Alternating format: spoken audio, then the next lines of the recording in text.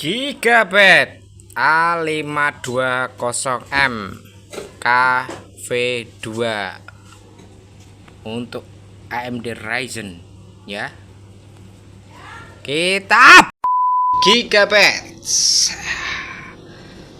A520 untuk seri AMD soket AM4.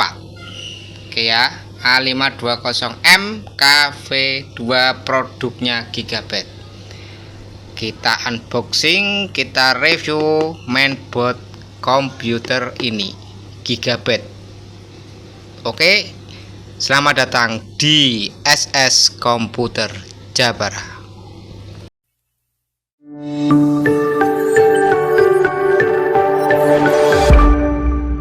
Halo, assalamualaikum warahmatullahi wabarakatuh. Ketemu lagi di channel SS Komputer Jabara. Nah, kali ini depan saya ada produknya Gigabit, merek bagi saya itu ada 4-5 jempol ya. Ini salah satu merek brand yang sering saya pakai karena high dan performanya, kualitasnya top. Itu Gigabit ya. Mumpung ada ini A520M untuk series AMD ya, kita sepil. Sebelum kita sepil, lebih baik teman-teman jangan lupa support channel ini, like, komen, dan subscribe. Mau tanya-tanya silakan, dan share ke teman-temannya channel ini biar bermanfaat. Oke, lanjut. Gigabit. Nah, ini tampilan depannya seperti ini. Ini untuk mainboard komputer ya. Dari depan udah garang ya, hitam emas. Ada ini untuk seri AMD-nya. Oke, ini AMD soket 4. Di sini udah ada A520. Oke, garansi 3 tahun. Ada tulisan syarat dan ketentuan berlaku ya. Oke, garansi korosi. Tampilannya keren. Dari samping juga brandnya Gigabit dan seri mainboard sama seperti yang depan ya. Ini juga oke, dan yang baliknya wah keren. Ini itu oke. Nah, di sini ini udah dijelaskan dari depan. Ada port NVMe PCIe Gen 3 ya. Kalau teman-teman pakai SSD NVMe yang generasi 3 ya. Terus ada LAN Gigabit. Ini ada tulisannya no lag just frag. Oke. Terus ada smart fan. Jadi fan-nya bisa di setting di BIOS-nya ya. Ini udah ntar perlu dicoba di BIOS-nya, di settingan BIOS-nya ya. Terus ada ini high quality onboard audio design. Terus ada solid kapasitor dan bentuk dari mainboardnya ya, interface-nya di sini udah ada. Kelihatan enggak? Oke, saya perjelas. Nah, CPU support AMD Ryzen series processor. Ini soketnya, soket AMD AM4. Chipsetnya ini pakai AMD A520 chipset ya. Ini grafiknya, displaynya ada HDMI, memori dual channel DDR4. Nah, ada SATA dan SATA M2, audio dan sampai bawah. Kita lanjut buka kardusnya. Oke, kita buka dalamannya. Oke, seperti ini dalaman dari gablet ya. Biasa ada kabel SATA tapi kok cuma satu, biasanya dua. Aduh, ngirit ini. Efisiensi ini. Base plate untuk AMD ya, untuk mainboard AMD yang A520. Kita singkirin dulu ini, terus kita buka. Ini ada mainboardnya dan cover plastiknya itu bertulisan gigabyte. Terus yang bawah, oh ada lagi ternyata. Ini kita cek, ada kartu garansi. Ini harus disimpan. Terus seri-seri dari produk gigabyte, sama ini multilingual installation guide. Isinya paling standar, cuma instalasi perakitan ya. Ini tentang perakitan. Ini kalau yang masih dalam pengenalan bisa ini dicontoh. Tapi di sini kita review tentang produk ini. Oke, ini kita singkirin dahulu, kita tutup dan kita buka.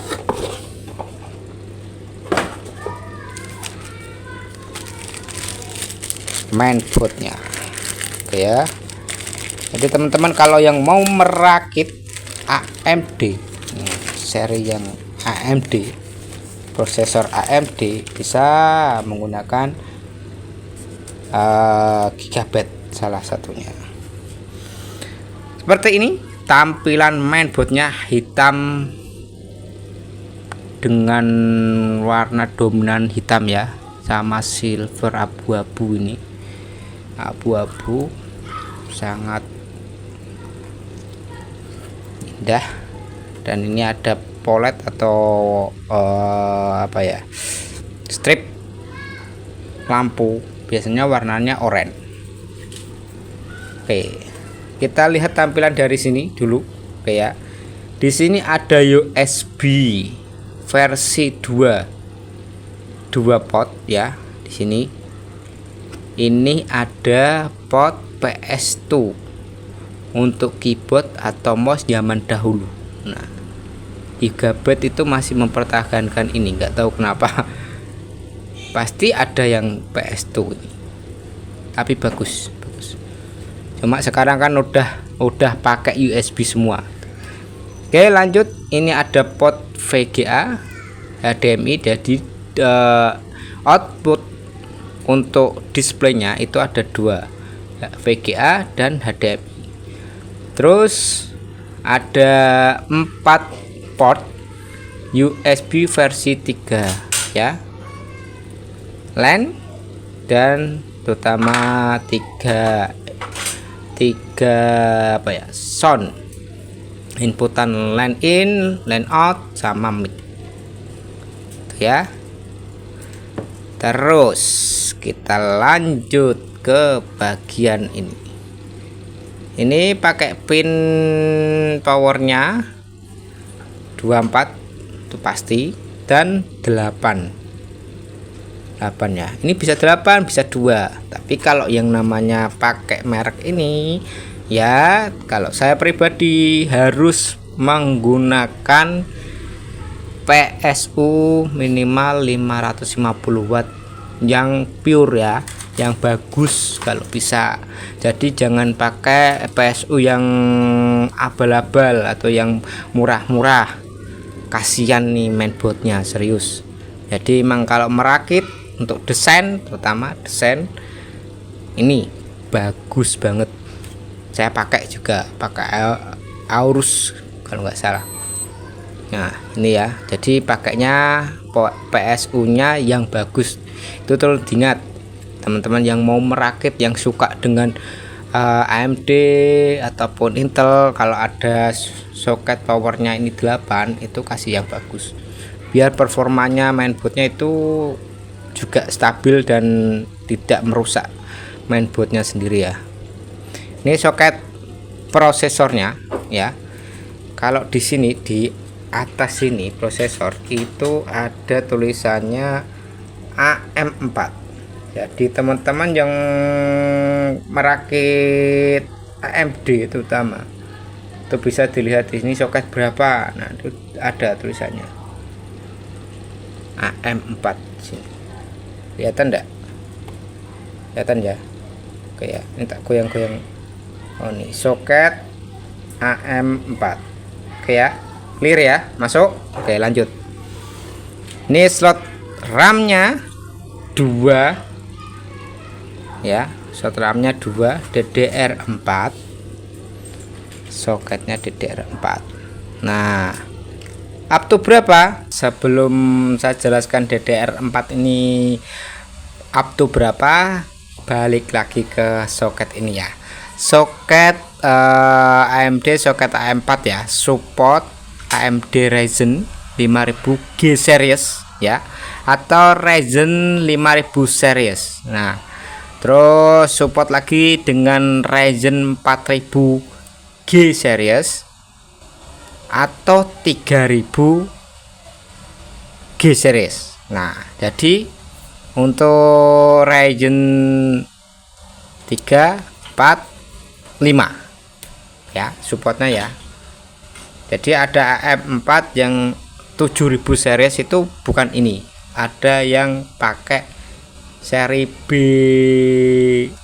berapa gitu, saya lupa ya. Jadi diingat, kalau dari teman-teman mau nyari punya prosesornya aja, langsung sini ke A520. Itu untuk AMD yang seri 5000, 4000, 3000, mau yang G series atau yang 4000 biasa bisa. Gitu ya.